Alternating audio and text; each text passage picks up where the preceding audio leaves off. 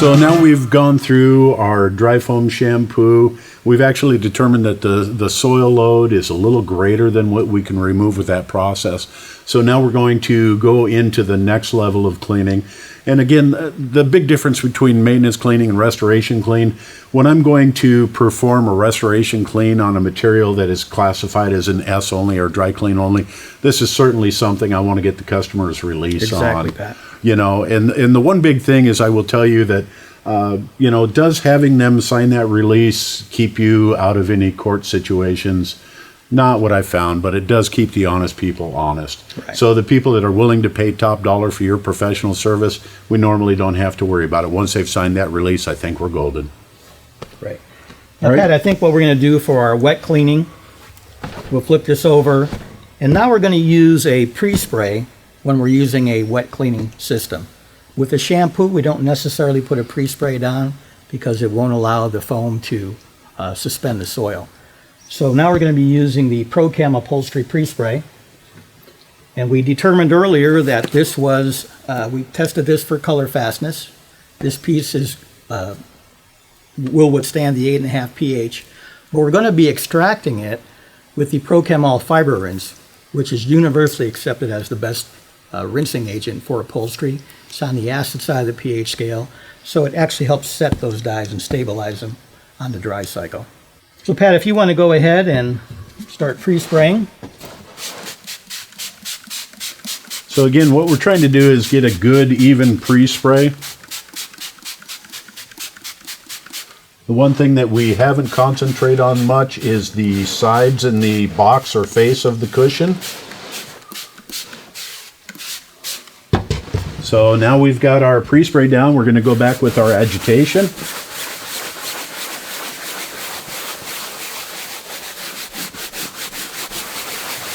So again, Pat, when you do have a weld cord, pay special attention to the front of the cushion, because that's where most of the body oil is going to be settled into.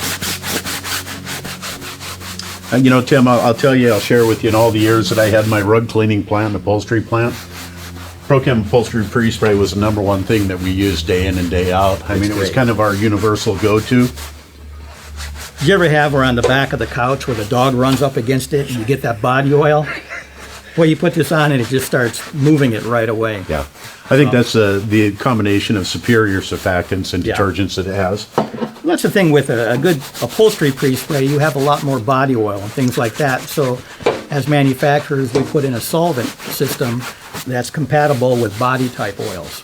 On a carpet, we have to build our product which will have petroleum-based oils as well as everything else. So the surfactant load as well as the solvent systems used are a little different between the two. That's why you never use a carpet product on a piece of upholstery. Always go to an upholstery product and you're going to be safe. I've actually seen pictures, Tim, of guys going in not really being familiar with the rules of cleaning upholstery, and actually seen pictures of them extracting the sofa with their carpet cleaning wand. It happens too often, actually. A little frightening, but... Okay, so now what we want to do is we want to go after this a little bit, show you a little bit with a white towel, how much soil we've actually suspended just with our pre-spray. So you saw what we removed with the shampoo.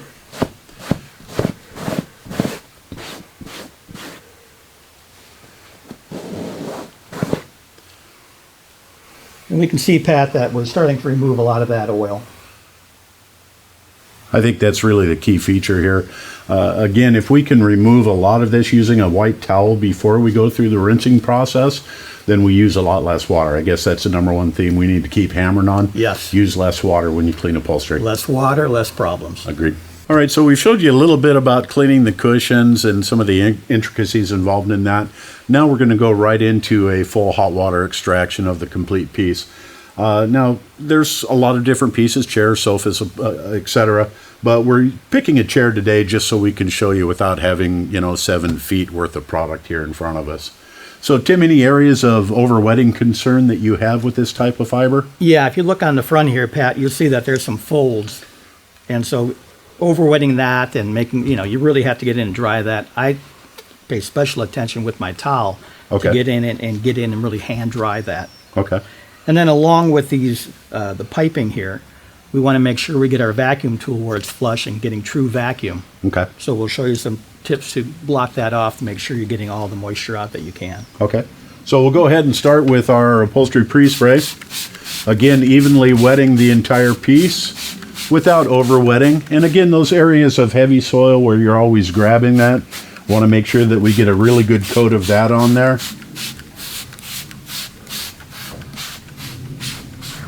One of the big keys I think is really important before we start this extraction process. Anytime we're doing a hot water extraction, again, we talked about the decking material being the least, as far as holding its dye. So one of the keys here is to make sure that we evenly wet the entire deck before we start. And that way, if we have any drip from our tools as we're actually cleaning, then we're not going to get those little water rings marks, involved right. in it. So we hear about complaints about that a lot. So this chair is part of a 3-piece sectional. So all pieces having the same design, you're going to treat the sofa the same as the chair as you would the love seat. Okay. So now we start our agitation of the pre-spray.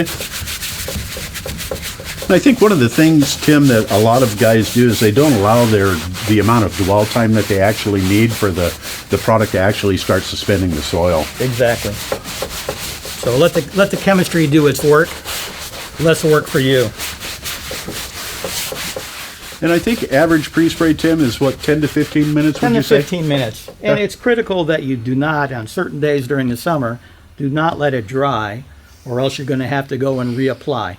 So once it dries, you really need to keep it in a moist state so that our rinse can come and remove it completely. So I think to your point, never pre-spray further ahead of yourself than you get to while it's still wet in your extraction And that process. goes for carpet as well. I agree. So another thing that we run into a lot, Tim, is especially if you're working around a military base, we run into a lot of times where we have shoe polish along this kick plate. And I was taught this by a guy years and years ago. I struggled with getting shoe polish out. Mm-hmm. And an old timer's trick is he basically said you take a little bit of Vaseline and you put it right along that strip and you agitate it in right before you do your extraction, and it just suspends the shoe polish right off of the fabric. Absolutely amazing.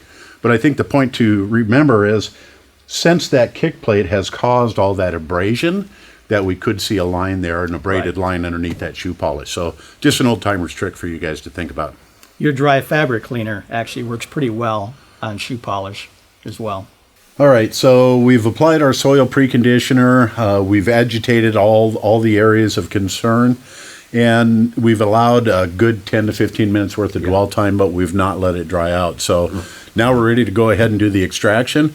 Again, we want to pay attention to working with the warp cords. So top to bottom, outside to inside or inside to out, always go with those cords. So we'll go ahead and turn on the extractor.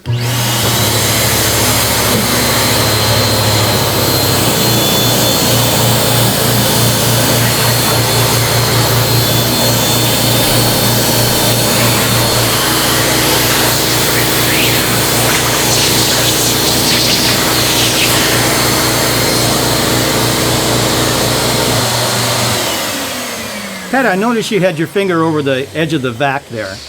Well, and one of the things that we need to understand, Tim, is again, we talked about less moisture. We want to leave this as dry as we possibly can. And if I try and vacuum like this, of course, we're going to have all this open flow. So one of the things that I like to do is make sure that I'm closing off that portion of the vacuum. And the closer I get, or the smaller piece that I'm working with, the more vacuum I'm closing off. So if I'm working on the back here, I have a lot of that. Yeah. But again, on the top here, I'm going to close that off and make sure that I'm getting all that excess moisture out of there. You know, I noticed since working with Sapphire closely and now that since ProChem was purchased, that this tool really does a great job of getting all that moisture out around the edges. It really does, and one of the great benefits of the sheer capability of this is its ability to deliver a good flow without overwetting the material. Yeah. And the fact that we have vacuum ports both front and behind this, the jet bar on this, really is a great benefit to this tool. Yeah, that's quickly becoming my favorite tool. Yeah.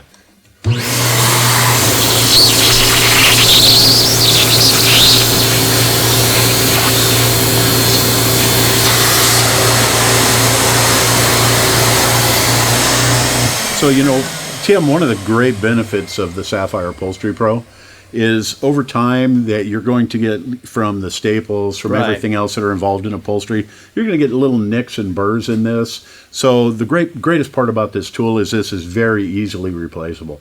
So taking this part, putting a new glide, which also gives you a new jet spray bar, is an incredible benefit of this. So you want to take a second and talk a little bit about the equipment that we're using today? Yeah, we're using the 200 PSI Ninja with the heat, and the heat's critical. Anytime you can get a portable with heat, it keeps the cleaning solution in the tank at a consistent hot temperature, which helps you clean and emulsify the body oils. Pat, I want to quickly talk about that screening you brought, because that's one of the old tricks a lot of the old timers know about, but a lot of the new guys don't. So oftentimes when you have a cotton or a rayon piece that's in direct sunlight, it gets weakened by the UV.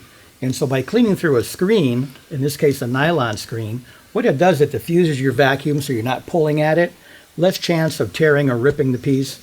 You can also, on your shampoo, you can shampoo right through the screening. Yeah. Well, So- Tim, one of the great benefits of this is, again, we can apply our pre-spray down to the material. We're not too worried about the agitation or distortion of the fiber, but we can actually take this to what you said is we can actually do our agitation through this. And I told you that I've actually seen upholstery where it was just the soil holding the fiber together. Yes. This would be the perfect application for that. So we can do our agitation through this without causing any damage to the fiber if we're really concerned about it. And we can also do our extraction right through this material. So we're getting enough of that cleaning solution through and enough extraction through. And the great part about this is it doesn't have any color to it, so I'm not worried about any transfer to the material. So this is a definite must-have in your arsenal of tools. All right, so now we've shown you a couple of the things that we can use to control situations like fragile materials. Right. But I think one of the things that, Tim, that we really need to talk about is how do we control the shrinkage on the skirts? That's, you know what, this happens more often than you'd believe. And so one of the ways I like to dry foam skirts, even if we're going to do wet cleaning of the body and the cushions, I always like to take and dry foam the skirts. Another thing you can do is you can whip stitch the skirts together so that they don't shrink and pucker up on you.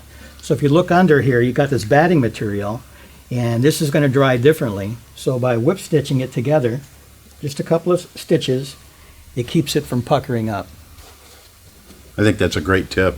These are things that we've learned over the years, and it's things that some people don't think about. But we'll go back to the number one rule, and I think we've said it over and over again today. Use less moisture. If we use less moisture, then the odds on all the browning and the shrinkage occurring really don't exist. The right chemistry, the right techniques, you'll have no worries. I agree. So now we've, in most people's minds, you would say that we've completed our cleaning process. The job's never done until it's dry. And I think what you're going to find is the majority of your problems actually occur during the dry time. And what I found over the years is any other concerns, browning or dye migration or anything, actually happen in about the last 10% of the drying. Yeah. So now it's time for us to set up a good drying system, learning how to use the right equipment to get the optimal drying conditions for your upholstery cleaning. Great idea, Pat.